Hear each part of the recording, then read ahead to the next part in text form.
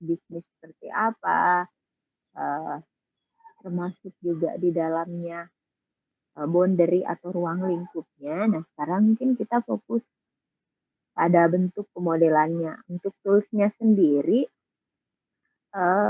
kita pakai BPMN namanya.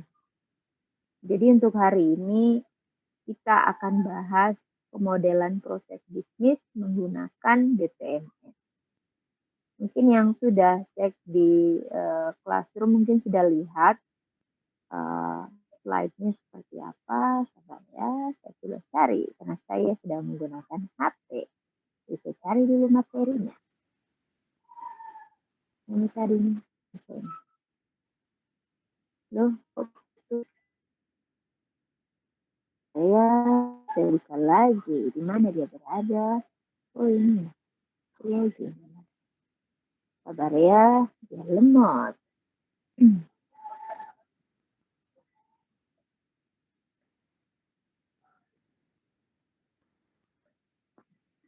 Oke. Jadi seperti yang bisa dilihat di sini,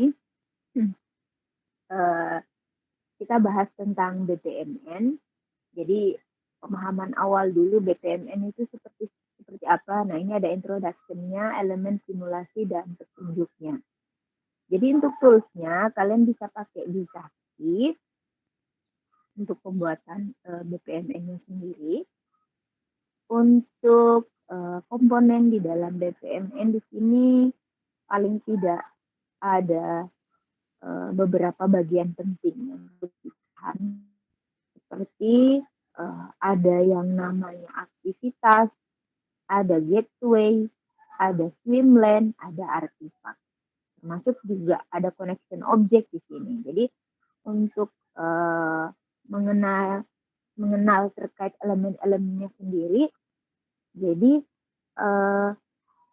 yang paling umum kalian temukan itu simbol yang namanya task. Task di sini kita definisikan sebagai aktivitas yang paling sederhana yang umumnya kita gunakan untuk menampilkan sebuah proses yang tidak bisa kita breakdown, entah itu dia awalan maupun akhiran. Jadi di sini dia tidak bisa kita pecah.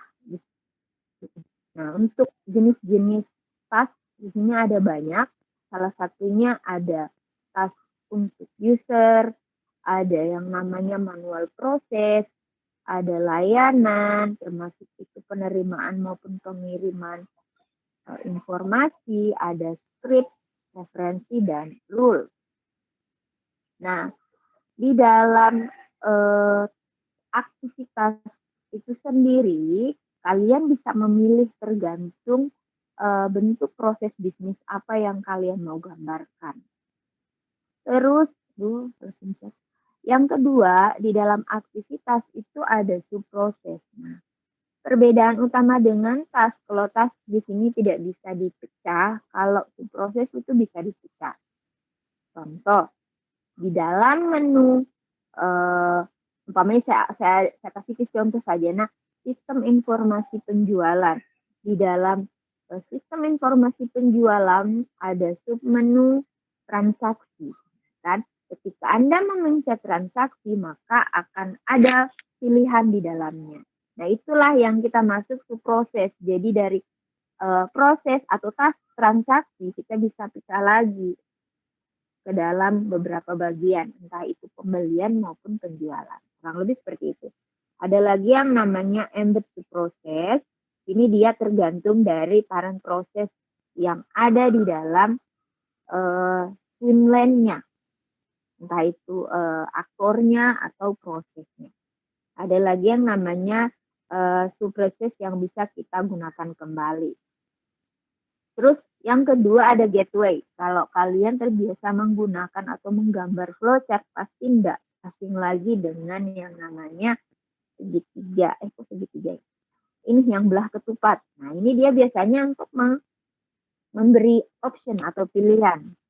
Tergantung dari jenis eksekusi yang kita gunakan di sini. Jadi ada macam-macam gateway, tergantung jenis kegiatan yang mau dipetakan, silakan dipilih sendiri. Terus ada lagi swimlane. Nah, swimlane di sini dia ada dua macam. Ada yang full, ada yang lane. Kalau yang full itu umumnya menjabarkan sebuah urutan proses yang single, artinya dia tidak melibatkan bagian-bagian luar di dalam kegiatannya. Contohnya mungkin kayak transaksi pencatatan penjualan, pastikan yang dilibatkan antara si kasir dengan si sistemnya sendiri. Terus ada lagi LAN di sini dia adalah subdivisi dari pool yang ada, yang dia itu merupakan sebuah peran dari sebuah area organisasi. Jadi skupnya lebih luas LAN ini. Ada lagi artifak, entah itu anotasi, pengelompokan, grouping, data objek maupun data store, penyimpanan. Nah, connection atau penghubung objek di sini ada beberapa. Ada yang modelnya sequence flow atau berurutan, ada yang message flow. Ini biasanya kalau ada pesan yang harusnya disampaikan ke entitas tertentu, yang nanti pada akhirnya umpan baliknya dipakai lagi ke entitas yang lain. Nah, itu dia, makanya pakai panah putus-putus seperti ini. Ada lagi asosiasi, ini dia gabungan. Nah, ada start event, ada intermediate event, dan ada end event. Nah, kalau start atau permulaan, kalau di istilahnya, kalau di flowchart itu kita kenal dengan istilah inisiasi. Nah, kalau di sini kita kenal dengan istilah start event atau permulaan. Artinya bahwa kalau non-start event itu tidak ada aktivitas yang mendahului dia. Dia sebagai pembuka di sini. Nah, ada lagi start event untuk pesan. Ada untuk timer, conditional, dan sebagainya. Untuk intermediate event dipilah lagi, ada yang start, ada yang interrupting, sampai ke throw. Ini tergantung kebutuhan sih sebenarnya, tergantung apa istilahnya, jenis tas yang dijabarkan, termasuk juga informasi apa yang mau disampaikan. Nah, gunakan simbol sesuai dengan yang seharusnya. Dan yang terakhir ada end event. Di sini kalau akhir pesannya itu nanti, event endingnya itu atau akhir dari aktivitasnya itu nanti akan menghasilkan pesan, maka gunakan yang message and event. Tapi kalau sudah tidak ada aktivitas setelah penggambaran proses bisnis itu, maka kita pakai yang non event. Kalau ada acceleration on eventnya, jadi saya pakai yang lainnya. Nah, kurang lebih seperti ini ya. Saya next lagi. Nah, ini untuk contohnya sendiri. Jadi, Bizaki proses template di sini bisa kita gunakan untuk menggambarkan account payable atau pembayaran dari sebuah transaksi pembayaran maksudnya. Terus ada lagi komplain, termasuk juga pembayaran atau pembelian, atau bisa juga menggambarkan project management yang menggunakan metode Six Sigma, itu bisa dipakai. Terus, nah ini dia. Ini adalah salah satu, ini kayaknya kecil sekali saya gambarkan di sini. Nah, ia adalah salah satu transaksi yang menggunakan BPMN. Jadi ini adalah salah satu transaksi request purchase atau request pembayaran. Nah, di sini ada 3 entitas yang terlibat. Ada yang merequest, ada pimpinan, dan ada departemen bagian purchase apa ya? Pembelian. Ya. Terus diawali dulu dari sisi yang merequest, dia akan membuat permintaan pembelian, kemudian nanti pimpinan akan mengotorisasi mungkin lebih tepatnya mengambil alih dari permintaannya dia. Setelah itu akan memunculkan pilihan di sini. Ketika pilihan ini dia disetujui, Nah, nanti muncul notifikasi persetujuan yang akan diteruskan ke bagian quote pencatatan. Dia akan membuat quotation yang pada akhirnya nanti ditindaklanjuti sama departemen bagian pembelian ke dalam bentuk purchase order atau permintaan pembelian. Nah, selesai. Nah, bagaimana ketika setelah ditindaklanjuti ternyata request-nya itu tidak sesuai? Nah, berarti dikembalikan lagi dari si request tadi. Nah, ketika dia itu masih bisa diperbaiki atau masih bisa ditindaklanjuti usulannya, kurang lebih kembali lagi ke alur yang awal. Nah, ketika dia tidak sesuai dengan yang seharusnya, maka notifikasi penolakan itu diarahkan ke end event. Nah, dari sisi application credit atau permintaan kredit di sini, gambarannya seperti ini. Jadi aktivitas awalnya itu dimulai dulu dari pencatatan informasi kreditnya. Kemudian dicek informasinya, ketika dia sesuai, nah disetujuilah, ditindaklanjutilah tadi permintaannya dia. Nah, dari tindak lanjutnya tadi itu menghasilkan 2 task lagi. Ada menindaklanjuti, ada yang namanya langsung penolakan. Seperti itu, kurang lebih mirip. Nah, ini kurang lebih gambaran prosesnya untuk credit application. Kalau tadi di awal dia penggambarannya kurang lebih mirip lah di sini ya, sama kayak slide-nya.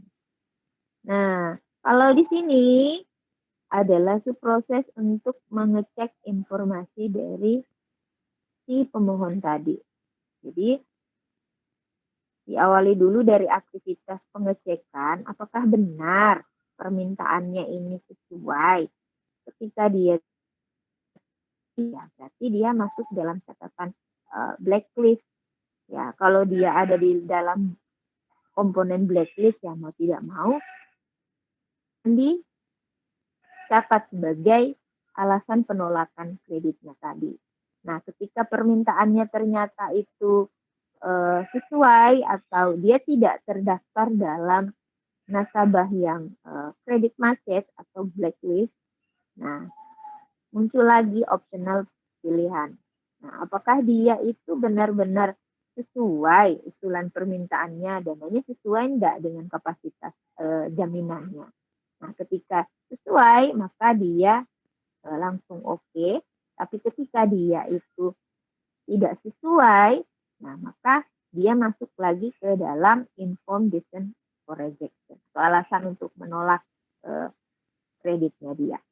Nah, kalau digambarkan dalam DPMN, semua prosesnya kurang lebih seperti ini.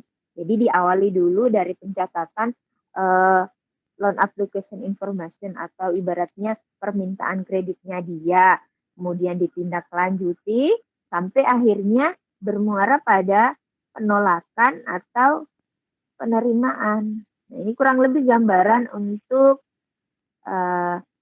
otomatisasi aktivitasnya. Jadi di sisi check blacklist di sini dia sudah by system atau sistem service task. Jadi ini sudah by system semua untuk yang ada tanda gear-gear ini. Jadi kalau kalian umpamanya nanti tertarik mau membuat sebuah analisis untuk proses bisnis dari tempat penelitian kamu yang awalnya mungkin sudah menerapkan sistem atau belum sama sekali menerapkan sistem, tapi alur dalam proses bisnisnya itu masih salah. Nah, kalian bisa mengajukan perbaikan proses bisnis sebagai judul skripsi, itu bisa. Hanya kadang-kala mungkin kalian kendalanya enggak begitu, apa istilahnya, enggak begitu mengenal sampai endingnya nanti beralih ke judul-judul yang lain. Padahal judul yang simpel itu bisa jadi apa istilahnya rekomendasi buat kalian memang yang hobi untuk memodelkan proses bisnis. Ini adalah credit application prosesnya tadi untuk bagian apa ya istilahnya persetujuan atau disbursement. Ini kayaknya model perbaikannya. Jadi diawali dulu dari verifikasi kelengkapan dokumennya. Ketika dia sudah lengkap, nah, barulah ada beberapa decision atau pilihan yang mungkin bisa dipilih. Entah itu melakukan pencairan atau disbursement menggunakan akunnya langsung di pengaju, atau mau menggunakan cek, dan yang terakhir itu menggunakan transfer tapi dengan akun yang berbeda. Ketika di checking dan disetujui, nah, muncul lagi satu gateway yang baru di sisi sequence flow. Artinya sequence flow di sini dia lebih ke aliran aktivitas yang lebih detail, sampai nanti ketika dia sudah disetujui dan sudah disepakati bahwa menggunakan pencairan jenis langsung ke rekening, nah maka langsunglah dikonfirmasi hasil dari pengajuannya tadi, atau dananya sudah cair ke dalam rekening si pemohon. Nah, ini masih sama. Jadi ini bentuk apa istilahnya pendetailannya. Kalau di sini tadi kan dia gambaran tas-tas secara umumnya. Nah, kalau kalian mau menggambarkan perbaikannya ke dalam sistem, maka disbursement yang 3 macam ini kalian jadikan dia itu service task atau disistemkan dia. Jadi seperti itu. Sebenarnya apa ya namanya? Ini menarik kalau kalian itu tertarik memahami atau mengkaji proses bisnis. Nah, kurang lebih miripnya sebenarnya ini sisi detailnya dari sisi timernya ya. Artinya bahwa timer event itu berlaku ketika option itu mengarah pada beberapa pilihan yang memungkinkan user itu mempertimbangkan waktu dari pilihannya tadi. Umpama kayak di sini, ini kan pemilihan dari rekening yang mau dicairkan. Dia memilih 3 opsi. Dari 3 opsi di sini yang memungkinkan paling cepat yang mana kira-kira? Hola, kedengaran di suaraku? Iya, Bu. Oke, kira-kira dari 3 disbursement media atau metode pencairan, kira-kira yang paling cepat yang mana? Yang langsung ke rekening pribadi, pakai cek, atau pakai alternatif yang ketiga ini? Rekening pribadi. Langsung ke rekening pribadi. Oke. Rekening pribadi. Oke, jadi rata-rata jawabannya bagus sekali ya. Pada dasarnya memang pilihan yang pertama ini yang paling tepat. Makanya timer event di sini dipakai di depannya apa ya, yang menu pilihan ini. Jadi seperti itu. Artinya ketika kalian nanti bangun sistem dan kalian mau pakai BPMN, gunakan timer itu ketika opsi yang ingin kalian detailkan itu menggunakan waktu untuk memilih. Jadi seperti itu.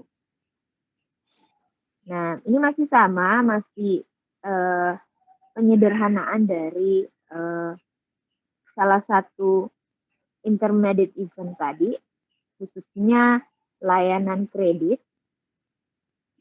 Jadi kalau tadi check information, di bagian yang kedua, jadi di sini kan ada check applicant information. Kalau di awalnya tadi itu kan di sini tidak ada pilihan receive dokumen, tapi langsung ke loan studi. Nah, jadi sebenarnya penggunaan simbol-simbol yang mendetailkan aktivitas itu penting sekali. Jadi kalian pakailah tergantung kebutuhannya ya. Ini masih sama, kurang lebih seperti ini. Jadi kalau harapan saya mungkin kalian bisa belajar lebih atau akan lebih bagus kalau langsung contoh. Saya lebih tertarik seperti itu supaya maksudnya lebih berarti juga ketimbang sebatas dijelaskan kan tidak ada umpan balik.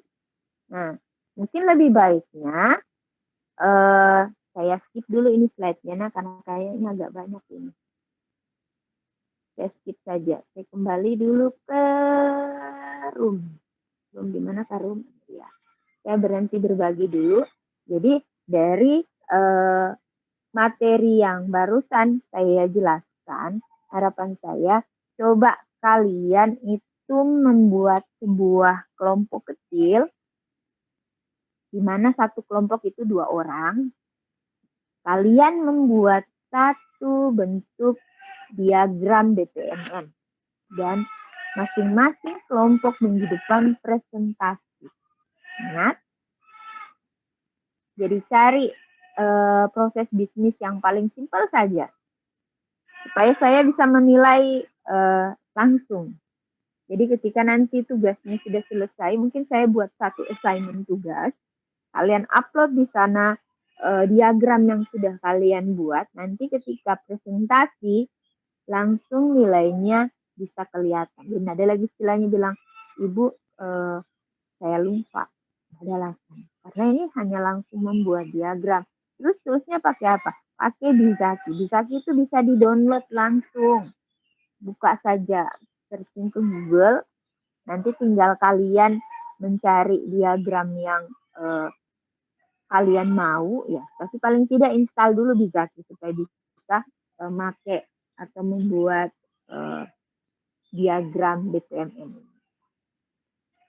Dari sekian banyak diagram, kenapa saya memilih diagram BPMN? Karena menurut saya begini, kalau tidak salah di mata kuliah lain kayak APSI, kalian kan sudah diajarkan toh, tidak sebatas membuat sistem, tapi juga menggambarkan diagram. Ya enggak? Betul kah? Ini pertanyaan loh, bukan pernyataan. Kalian sudah belajar APSI? Belum? Sudah, Bu. Oke. Di mata kuliah APSI yang kalian pelajari, kalian diajarkan apa?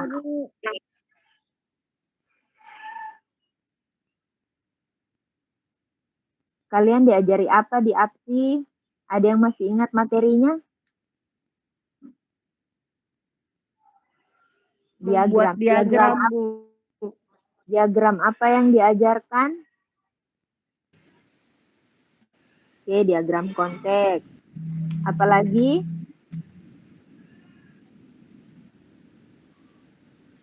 Hanya diagram konteks?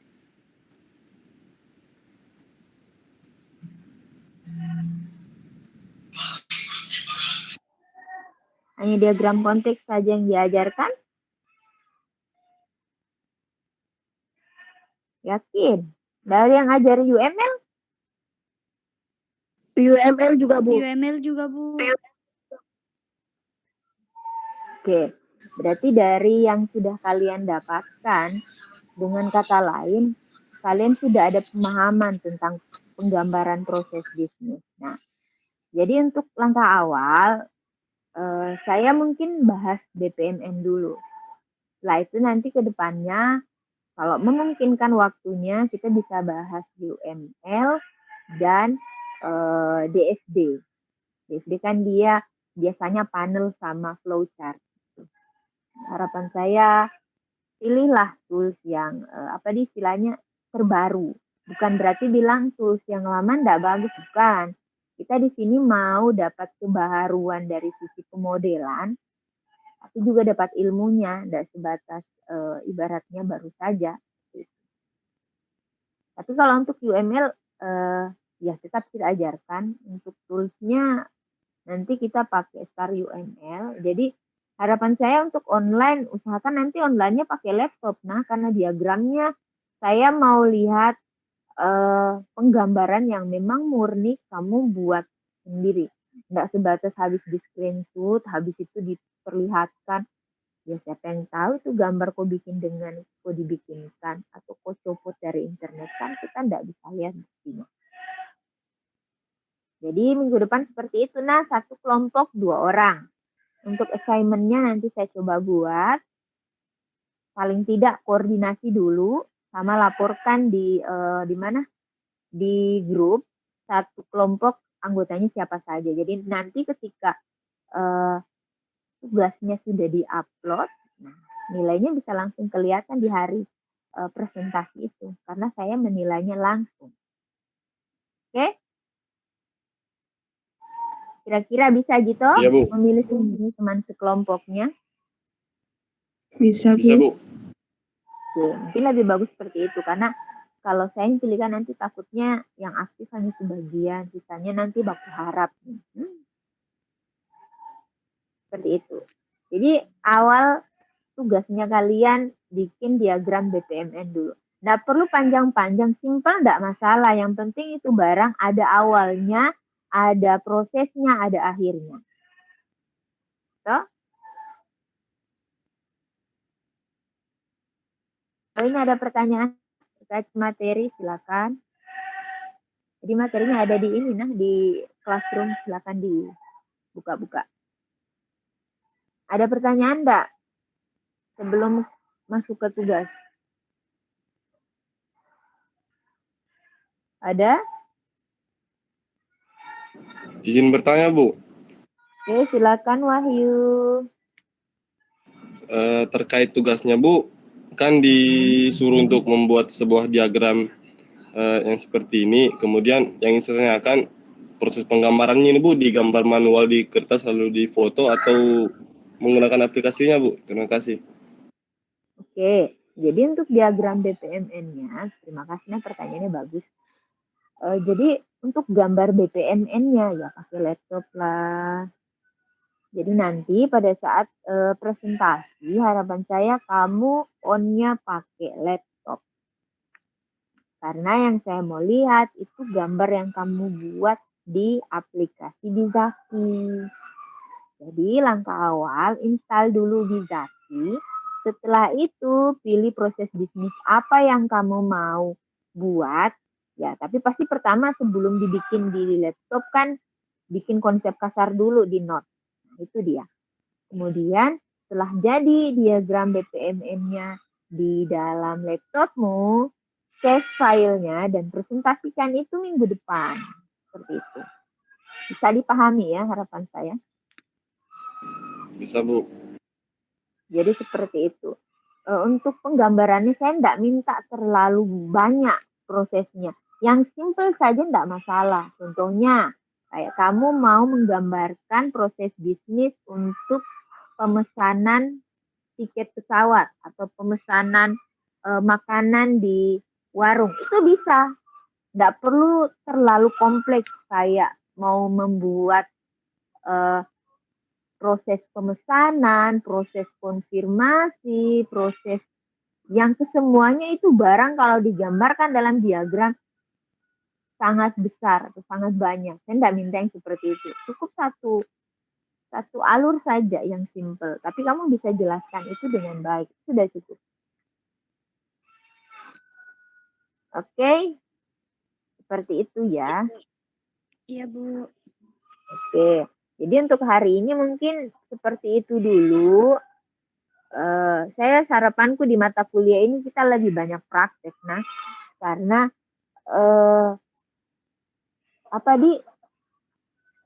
kalau sebatas teori kayaknya tidak maksimal. Akan lebih maksimal kalau diimbangi dengan praktek. Karena manusia itu tuh kalau kita lihat dari sisi psikologinya, dia itu lebih mudah membaca gambar sebenarnya ketimbang membaca tulisan.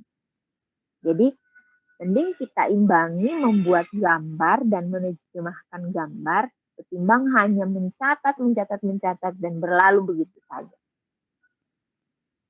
Di satu sisi kalian nanti mungkin lebih terbiasa dengan tools-tools yang kalau menurutku sebenarnya di kampus lain itu sudah biasa.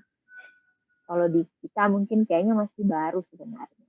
Kayak RUML, istilahnya itu Bizaki, termasuk juga tools itu di satu saya lupa namanya Spark AI yang semuanya itu tools untuk menggambarkan proses bisnis, proses dari istilahnya alur data di dalam sistem, termasuk juga penggambaran alur program, itu semuanya melibatkan tools-tools seperti itu. Yang harusnya kalian pelajari. Sekelas Eskom tidak bisa menerjemahkan gambar, itu memalukan. Oke, jadi seperti itu. Untuk pertanyaan mungkin via ini saja ya, via grup. Kalau yang masih bingung ya buka slide-nya, di situ sudah ada gambaran detailnya untuk simbol-simbolnya. Jadi tidak ada lagi yang mau bertanya kalau terkait dengan materinya, semuanya sudah ada di slide. Oke, begitu nih Pak Lena, saya tutup nih kelas hari ini dengan ucapan Assalamualaikum warahmatullahi wabarakatuh. Waalaikumsalam warahmatullahi wabarakatuh. Waalaikumsalam warahmatullahi wabarakatuh. Terima kasih banyak Bu.